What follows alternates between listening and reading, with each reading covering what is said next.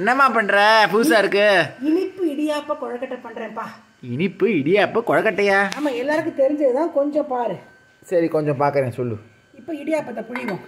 இடியாப்ப மாவு போட்டுருக்கோம் யூடியூப்ல. சின்னதா புழிவோம். ஓகே. ரொம்ப பெருசா புழிய வேண்டாம். ஓகே.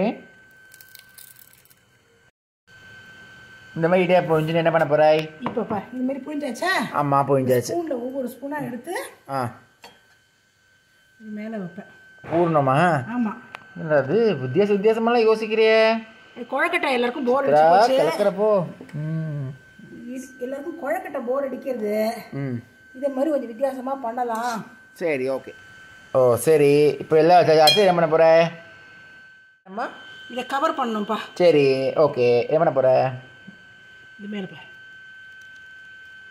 ஓஹோ, மேலே விழாமல் இருக்கும்ல. சரிப்பா.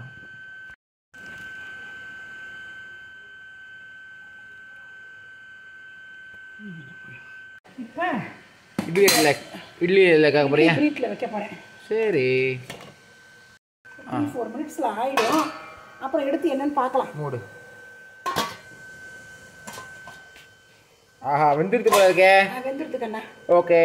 என்ன வெந்திருத்து போல இருக்கு? இப்போ எடுக்க போறியா? எடுக்கிறேன்ப்பா.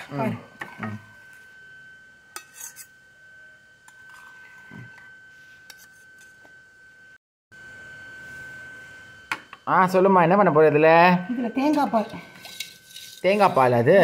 ஓ, இது ஊது. வித்தியாசமா பண்றப்பா எல்லாம். இதுல நேந்திரம் பழம் இருந்ததுன்னு வச்சுக்கோ, அதையும் வேக வச்சு பிரீத்ல அதையும் அந்த தோலியும் அப்புறம் வேக வச்ச போருமா உரிச்சுட்டு சூப்பரா இருக்கே. உள்ள கட் பண்ணி இதையும் போட்டு சாப்பிட்டா ரொம்ப நல்லா இருக்கும். ஓஹோ, சரி, ஓகே. பாய் பாய். சாப்பிட்டு பார்க்குறேன்.